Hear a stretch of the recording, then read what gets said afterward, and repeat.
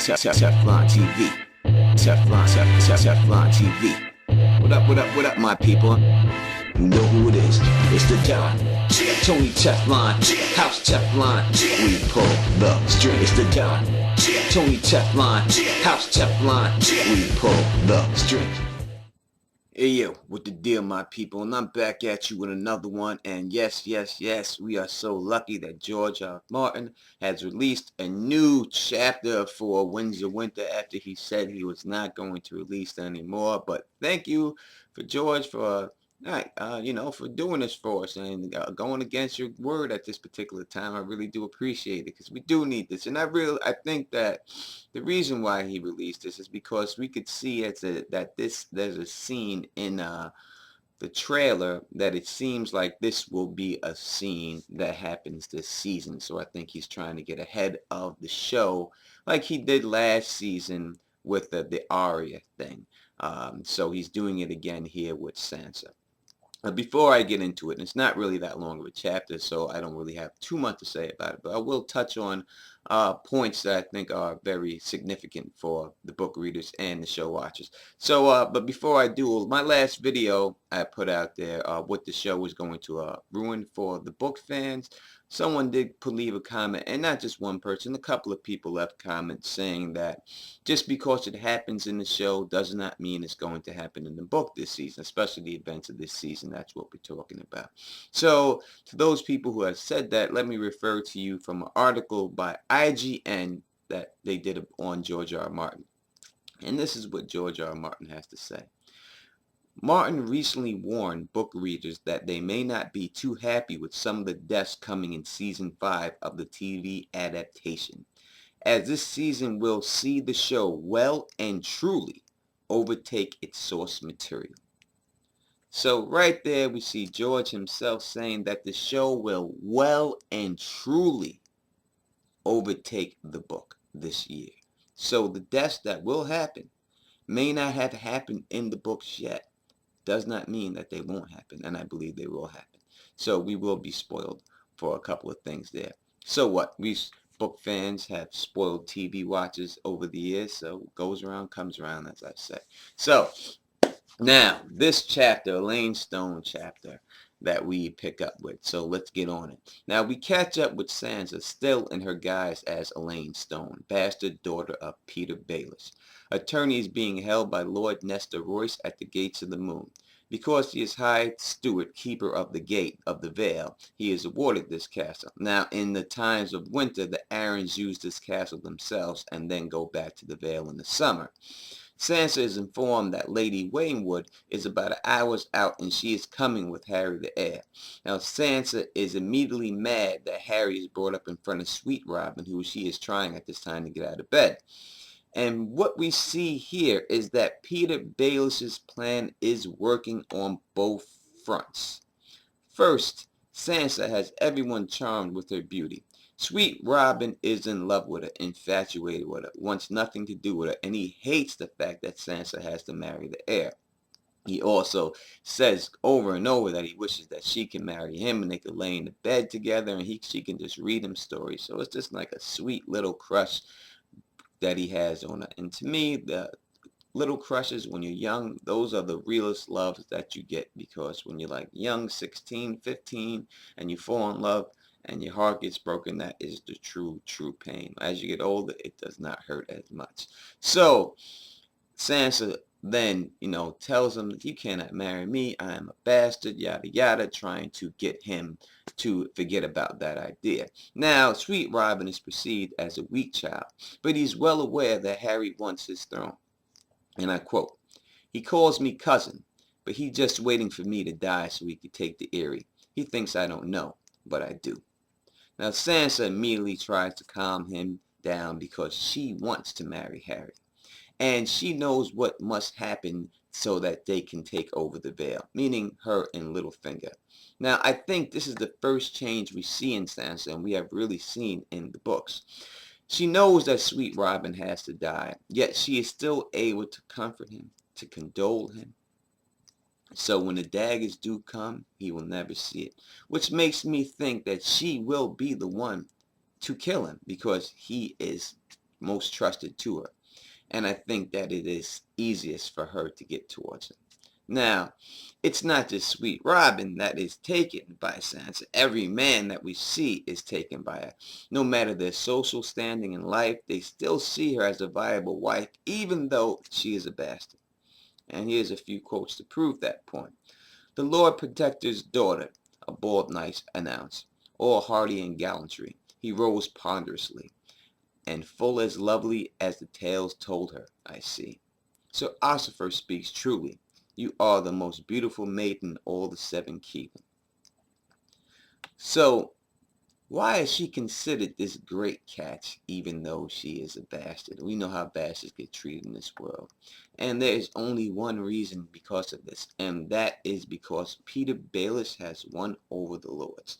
Now, Lord Nestor Royce was the big one that he had to get. Now, Lord Royce tried to marry Liza himself and considered Peter an upjup lord, and he was never cool with the idea of Peter being Lord Protector. So what did Peter do to win him over? He gave him a gift. Now, over 9 months ago, when no one even considered them as anything, I, the Don, did a video on Littlefinger's tapestries, part 1 and 2.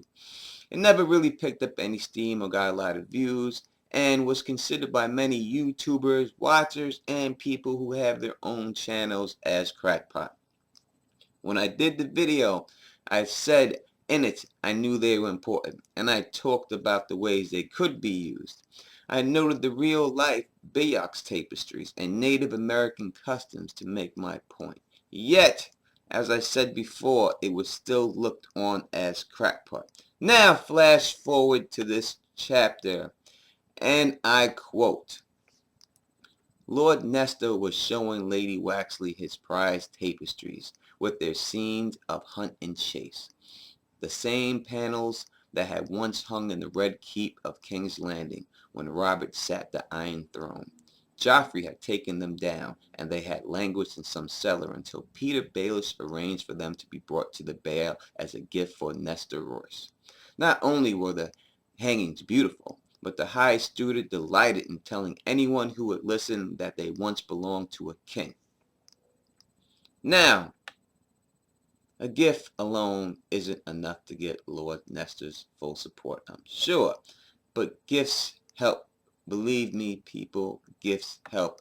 I've met many people, some people here and there that have attended industry parties, and most of them have told me that they do not go for the party, they go for the gift bag. And I think that this holds true at this tournament too.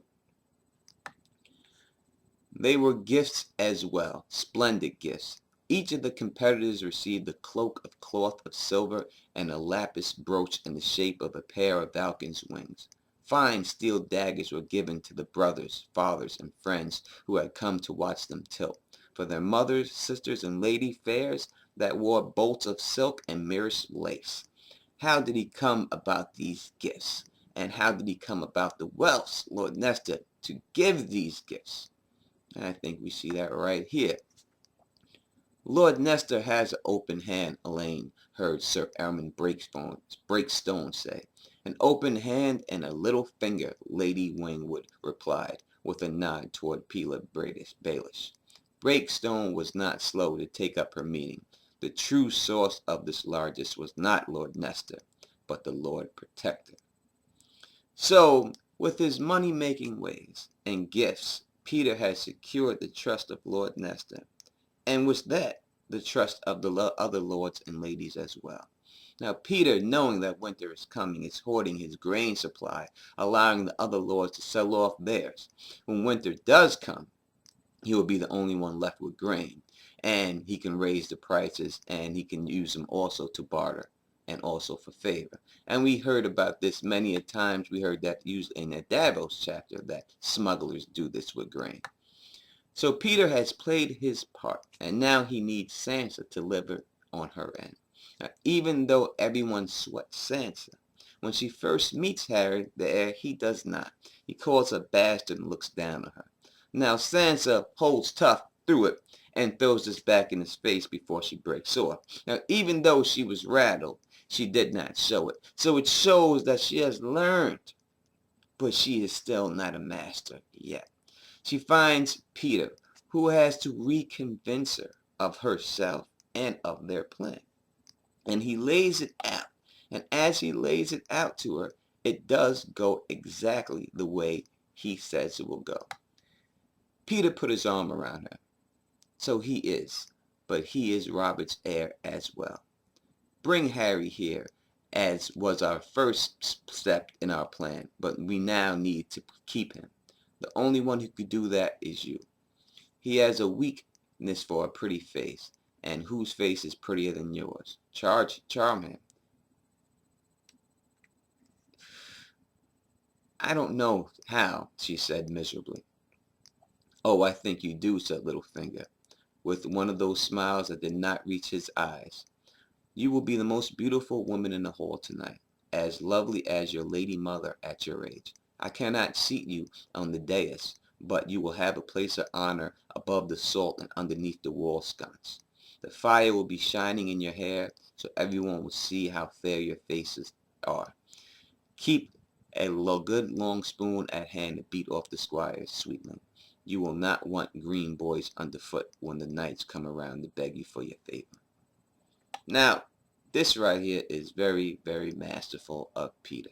Now, Peter understands motherfucking everything, even down to the lighting. And lighting muted lights is the goddamn truth. Because let me tell you, I've been in clubs where there has been some muted ass, dark ass lights and seen some chicks dancing that was fucking hot. And walked outside and them chicks look like sea donkeys. So let me tell you, muted lights help the situated. Lighting is very important. And that is what Peter realizes. He also understands that no man wants a thirsty chick. And he tells her specifically to not be that chick. And Sansa says, who would ask to wear a bastard's favor? Harry, if he has the wits gods and gave a goose. But do not give it to him. Choose some other gallant and favor him instead. You do not want to seem too eager.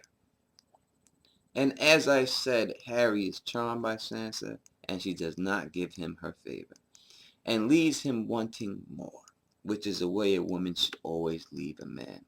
So phase 1 is down for Littlefinger's plot, and Sansa is working on phase 2.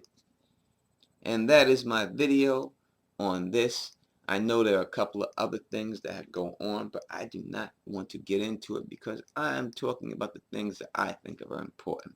So thank you for the people who have subscribed to me. Thank you for all my new subscribers, and thank you for the people who have rolled with me from day one. Please thumbs up this. Please like this. Please share this. That is the most important things you can do for me. And until next time, peace and stay sexy. Oh! Before I go, I do have something for all you theorists, especially you Red Door theorists out there. There was another mention of Dawn and lemons in this chapter, and it goes like this. The cake had required every lemon in the Vale, but Peter had promised that he would send to Dawn for more. Is that Red Door and Dawn? Maybe you think so, and maybe that helps your theory, and if it does, use it. Peace! Stay sexy.